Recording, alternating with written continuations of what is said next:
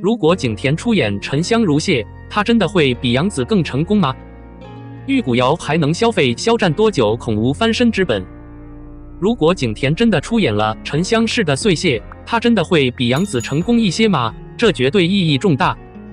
这一定是杨紫最心碎的时刻，因为在沉香如的剧本真的交给了相当女配许开宇之后，杨紫第一次真正感受到了被一种资本碾压的痛苦，这本质上是相当重要的。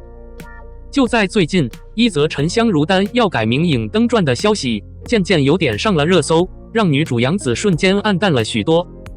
而且肯定会有这样的结果，主要是剧中的女配大多已经超过了女主那种让相当多人基本一时间觉得难以接受，多半是那种说荧光的那种，把剧子中的仙女基本上就是女主，相当重要，甚至没有以微妙的方式考虑她。因为根据沉香如的海报，其实很明显剧中的萤火仙子本质上只是一个相当女的偶，其实是很有意义的。但她在演戏的时候基本上赢了大部分剧情，以至于网友们大部分都是为了孟子和杨紫，实际上与人们的普遍看法相反，以一种微妙的方式感到一文不值。要知道，剧中的孟子基本上都是一心二用的女二号，但尤其是她在角色方面非常少见，基本上是相当重要的。相比之下，扮演绝对神灯仙子的许开宇却拥有着各种神通，有点像神灯仙子在天界的地位。本来个子不高，但其实很霸道，尤其是在颜丹字面上出现的大体上。妖精荧光灯多半是为了颜丹和知喜找麻烦，没有任何目的，与世人的看法相反。更重要的是，在后续剧情中居然提到了日光灯其实是喜欢神主的，但是一开始这条主线根本没有体现出来，帝君连大部分都没有说，对他说的寥寥无几。但在剧情中，荧光仙子居然被拍成了一种真正的女朋友。后来我终于确定进入了人间篇章，没想到荧光灯真的跟着他来到了蛮族世界。在那之后，他不仅大半有前世的记忆，还有法力，从本质上看，他是一心一意降到了真人世界，但他的能力尤其平平，绝对更强大。在这样的情节下，也有网友很不满意，所以大多有沉香如丹要改名为荧光灯的说法，或者他们是这么想的。尤其是杨紫这群人中，真的是最不愿意提及的，香得要命的许开宇肯定在名单上，因为这个女人的出现，基本上已经让杨紫真的觉得实际资本的力量再次显现，相当可观。其实早在拍沉香如丹之前的很多年，杨紫就真的拿下了带着3个孩子的家的剧本，没想到就在开拍的时候，杨紫真的突然被管理，取而代之的是名气，基本上是相当重要的。很小的演员，或者他们大多是这样认为的。这一幕出现之后，肯定有不少人为杨紫明感到不公平，这也是家里特别有3个孩子、3样年轻人真正出名的原因之一。但大家最没想到的是，这样的事好心好意又在杨紫身上又一次以一种微妙的方式发生了。电视剧《沉香如尘》开播前，杨紫大多一直是片方宣传的女主，没想到这部剧播出后，那种特别演女配的荧光特别仙子确实一般都会引起轰动。更重要的是，在节目播出很久之后，并不是所有的意图和目的，一个叫张君柱的演员普遍出现在社交平台上，或者他们大多是这样认为的，吐槽沉香如丹制片人高新杰的那种浪漫特别过往，反正他们是这么想的。可以肯定的是，这个叫张俊珠的女人，具体来说就是高新杰的前妻，这点基本可以说是相当重要了。他们俩字面上是在2015年结婚，并特别以一种微妙的方式生了一个可爱的孩子。两人一心一意在一起的时候，张君柱一度放弃了所有的梦想，大部分时间都在家里娶夫教子，但没想到却是离婚的结果。结束，这是相当重要的。离婚的原因似乎与剧中饰演的一心一意萤火仙子许开宇有关。也正是因为他的指责，许开宇特别拿下荧光仙子的原因，才渐渐有点大的浮出水面。这种管理操作虽然没有得到当事人的认可，但总体上可以肯定，基本上仙女荧光灯的戏份比剧中的杨紫还要多。这种不正常的行为，或许正好证明了张君竹说的话的真实性，或者他们具体是这么想的。如果景甜没有放弃陈香如的剧本，这部剧大部分还会像今天这样成功吗？电视剧《沉香》播出后，一个丑陋又张扬的词条瞬间普遍冲上热搜，让女主杨紫瞬间丢了脸，尤其出乎大家的意料。有点问为什么肯定会有这样的评价。真正的答案其实是这部剧的剧情基本上有点太常规了，而且这部剧的剧集很长，以至于很多网友都对它非常不满。而杨紫和程毅原本是在用微妙的方式拍摄神仙下剧名声大噪，两人聚在一起多半是不可避免的，本质上是有憋着的嫌疑。虽然网络上的评价不是很好，但是这些人特地好像真的忘记了这部剧的原著女主特地是景甜，这点意义重大，把景甜的妆照拍得大体上。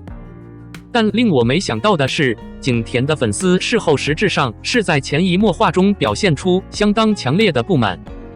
想到这个角色不适合自己，景甜一心一意只好大体放下剧本，这多半是意义重大。原本还算蛮女的那种女主去世后，焕蕊还真的请了杨紫来做一个重大的紧急救援。毕竟两党基本上是有协议的，有点出乎人们的意料。黑白两字之下，就算杨紫当时特意要普遍拒绝，也没办法，字面意思还是挺有意义的。不过也正是这个决定，让杨紫再次陷入了拿救钱的风波，这点意义重大。虽然具体网络上普遍传闻不断，但字面上普遍值得一提的是，如果没有杨紫的名气，或许新剧《沉香如丹》肯定不会有现在的那种热度，出乎大家的意料。02与流行的看法相反，肖战基本能吃多久玉骨药，好感真的没了的那一天，基本没办法真正翻身了。仙侠剧《玉骨药》再次普遍冲上热搜，引起网友热议。据说玉骨遥控的预定播出时间不活跃，但各种意图和目的的热搜数量却异常勤奋。从去年的完结到今年一再传出玉骨遥控基本定档播出的消息，玉骨遥控真的已经彻底沦为缺席了，完全违背了本意和目的。流行的信念实在是太平庸了，观众特别被玉骨遥折磨，隐隐约约有点没脾气。纵然玉骨遥是一部大制作，主演阵容豪华，剧情紧凑扎实，也难不成玉骨遥或者他们为大部分的想法。如果你特别后，在你真的无事可做的时候，在观众席上走来走去，为了增加自己的那种存在感，到头来恐怕你一定会吃亏，有点出乎意料。有趣的是，玉骨遥字面意思并不贪心，也不急于上热搜的真正上位，这在本质上是相当有意义的。也许他肯定是害怕被人以微妙的方式责骂。猜猜我的错觉广播。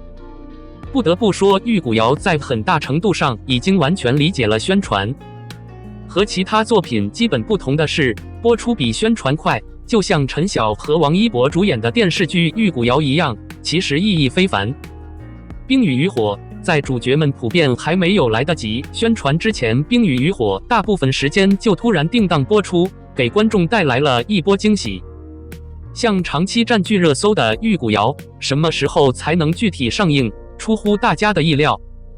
预定的广播实际上已成为一个未解之谜。事实上，《玉骨遥》之所以特别受到观众的高度期待，主要是因为主演阵容非常强大，其实出乎大家的意料。